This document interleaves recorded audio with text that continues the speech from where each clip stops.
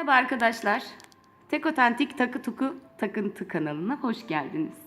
Böyle tekerleme gibi bir ismimiz var. Neden derseniz? Çünkü bu kanalda birçok içerik bulacaksınız. Mesela kıyafetler yapacağız, çantalar yapacağız, takılar yapacağız ve en güzeli de ne?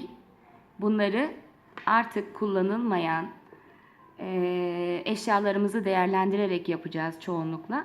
Ve benim en çok dikkat ettiğim konu elimizde, evimizde ne varsa onu değerlendireceğiz arkadaşlar. Mesela benim elimde eski bir kot pantolon var. Daha önce ben bunu kırpmışım, çantalar yapmışım, kıyafetlerde kullanmışım. Az önce dediğim gibi elimizde, evimizde ne varsa. Mesela ben bende olan malzemelerle sizlere teknikler göstereceğim. Ama yorumlarda eğer sizin de elinizde çeşitli malzemeler varsa bunları ne şekilde değerlendireceğinizi bilemiyorsanız yorumlarda bana bu malzemeleri belirtirseniz onlarla ilgili de tasarımlar yapacağız arkadaşlar. Bu gördüğünüz gibi eski bir kot pantolon. Ben bunlardan çanta da yapıyorum. Kıyafetlerde aksesuar da yapıyorum. Takı da yapıyorum. İlk önce teknik her zaman bize lazım olan bazı el işi işleme tekniklerini göstermek istiyorum size. Bunun için bu pantolondan bir parça keseceğim. Sadece teknik göstermek için. Mesela şöyle bir parçanın üzerinde size bir işleme tekniği gösterebilirim. Şimdi size göstereceğim teknikler işleme teknikleri, kumaş işleme teknikleri. Bunun için genelde tuhafiyelerde el işi ipleri satılır. Merserize ipler satılır. Çok da güzel olur. Renkleri de çok güzeldir. Fakat ben her zaman elimde ne varsa onu kullanma taraftarıyım. Mesela şöyle renk renk benim dikiş ipliklerim var. Ben şimdi bunları kullanacağım. Katlayarak, istediğim kalınlığa getirerek kullanacağım. Siz isterseniz merserize ipliklerden de alabilirsiniz. Ya da elinizde el işi orlan iplikleri varsa onları da kullanabilirsiniz. Ben bunları kullanacağım. Yeşil rengi alayım ben. Mesela bir çiçek yapalım. Yeşil rengi alayım ki çiçeğimizin yapraklarını bununla yapalım. Şimdi bu iplikten bayağı bir çıkarıyorum. Şöyle hazırlıyorum. Ve bunun ucunu sivrilteceğim. Çünkü ben bunu 4 kat kullanmak istiyorum. Size göstereceğim teknikte normal makine dikiş ipliğimi 4 kat kullanarak merserize el işi iplerinin yerini tutacak bir işleme yapacağım. Küçük minnacık bir düğüm atıyorum. Tek düğüm atıyorum burada. Çünkü el işlerimizi biz genelde takılarda, ince işlerde kullandığımız için kumaşın arka kısmında çok büyük bir kabarıklık olmaması için minnacık bir düğüm atıyorum. Bu kumaşı tutmaz derseniz onu da şu yöntemle göstereyim. Kumaşın ilk önce ön kısmına geçmeyecek şekilde bir ilmeğinden geçirirseniz bunu, ince bir ilmeğinden, bu küçücük bir düğüm ama asla sökülmez. Şimdi gördüğünüz gibi iğneyi, ipliğimizi buradan geçirdik. Geçirdiğimiz yerden iğneyi batırıyoruz ve göz kararı birkaç milim öteyeden iğnemizi çıkarıyoruz.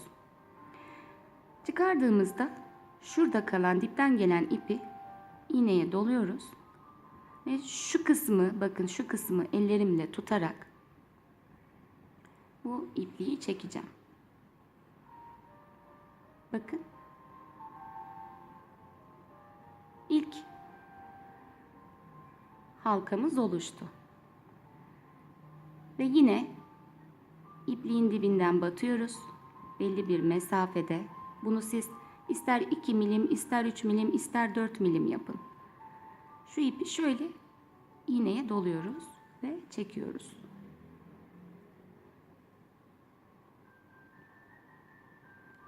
Bir güzel çiçek yapalım bugün. Sade. Yine aynı işlemi yapıyorum.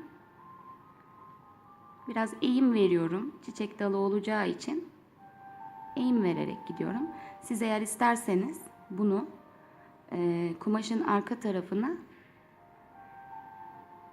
aynı çizgiyi takip etmek için bu tarafı önceden kurşun kalemle çizebilirsiniz.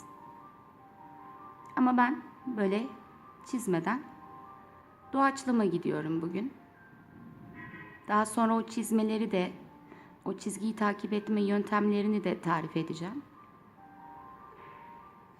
Evet. Bu şekilde çiçek dalımız minnacık oluştu.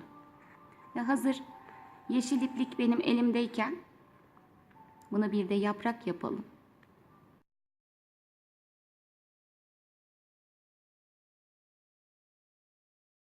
Bu şekilde bir çiçek dalı oluşturdum. Arkaya bir düğüm atalım. Ne düğümü bir defa atacağım sadece. Düğüm atıyorum. Ve kumaşın içinden düğüm attıktan sonra geçiriyorum ki bir ilmeğinden, iki ilmeğinden geçiriyorum ki sökülmesin. Kanalıma abone olun arkadaşlar ve yorumlara lütfen isteklerinizi yazın ki hem size daha faydalı olsun hem de bu kanalın içeriklerini beraber oluşturalım. Şimdi basit bir çiçek yapacağız. Bunun için ben kırmızıyı kullanacağım. Canlı bir renk. Kotla da çok güzel gidiyor bu renkler.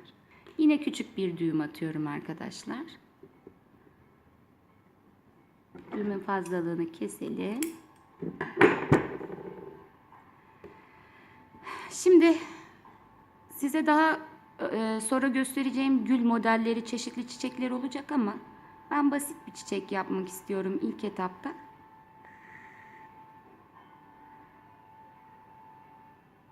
Ve yine çizmeden yapacağım.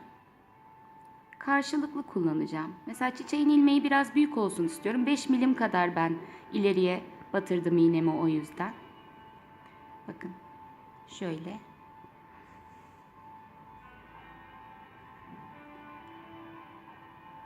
Bakın biraz önce bahsettiğim ipin biraz ayarının bozulma olayı oldu. Burayı böyle düzeltiyorum. Düzelttim. Sonra böyle sürekli ipliği düzeltiyorum ki ayar bozulmasın. Bu sefer zincir şeklinde devam etmeyeceğim için bu çiçeğimizin bir yaprağının buradan çıktık. Şu ipliğin karşısına batırıyorum. Şu kısımdan tutuyorum ki tekrar ipliğin ayarı bozulmasın. Sonra çeviriyorum arkadaşlar. Ortada birazcık tomurcuk için boşluk bırakıyorum. Ve devam ediyorum. Tam karşısına 180 derece tam karşısına batırıyorum iğnemi bu sefer. Çiçeğimiz biraz simetrik olsun diye. Asimetrik çiçekler de yapacağız ileride. Bakın bu şekilde ilmekler oluştu.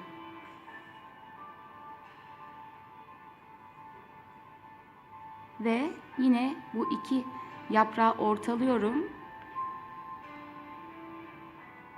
Buraya göz kararı şu aralığa iki çiçek yaprağı daha sığdırabileceğimi düşünüyorum. O yüzden iki yaprağı buraya ortalayacağım ben arkadaşlar.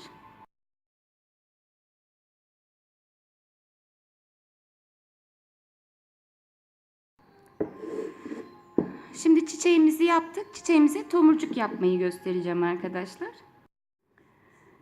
Bu işlemi birkaç defa daha göstereceğim. Çünkü tek defada hemen anlaşılmayabiliyor.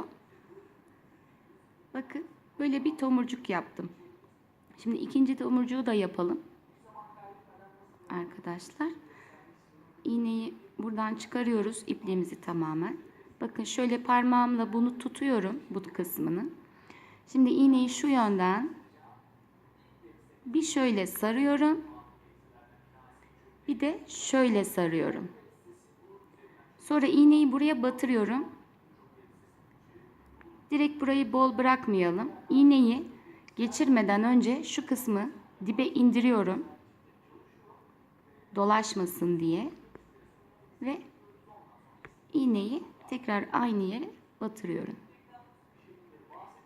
Üçüncü tomurcuğumuzu da yapalım. Hem daha kolay anlaşılsın. İpliğimi bu şekilde parmağıma doluyorum. Şuradan iğneyi geçiriyorum. Bir de şu şekilde geçiriyorum. Ve dibe iğneyi batırıyorum ama tamamen geçirmiyorum. İpliği çekiyorum. Tomurcuğumuz ortaya, buraya tam olmalı ki dolaşmasın ipliğimiz. Sonra da ipliği çekiyorum arkadaşlar.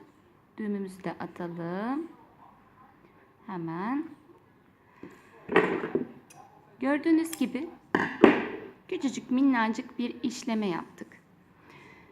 Bu işlemeyi her türlü kıyafetimizde, pantolonlarımızda süsleme olarak da kullanabiliriz. Yani illaki atık bir parçanın üzerine bunu yapmamız, yeni şeyler oluşturmamız gerekmiyor. Mesela pantolonumuza çamaşır suyu döküldü. Bu çiçeği o çamaşır suyunun yerine işleyerek hem pantolonumuzu daha fazla kullanır hale getiririz, daha uzun süre kullanabiliriz, hem de daha da güzelleştirebiliriz arkadaşlar. Aynı şekilde çantalarımıza, bluzlerimize bir zarar geldiği zaman, sökük olup diktiğiniz zaman onları kapatmak için bu tür işlemeler kullanabilirsiniz. Kanalıma abone olursanız, yorumlara da istediğiniz teknikleri yazarsanız ya da evinizde çeşitli malzemeler varsa bunları nasıl değerlendirebileceğinizi yazarsanız ben bildiğim her şeyi sizinle paylaşacağım. Bilmediklerimi de öğrenip paylaşacağım arkadaşlar. İyi günler dilerim, keyifli çalışmalar.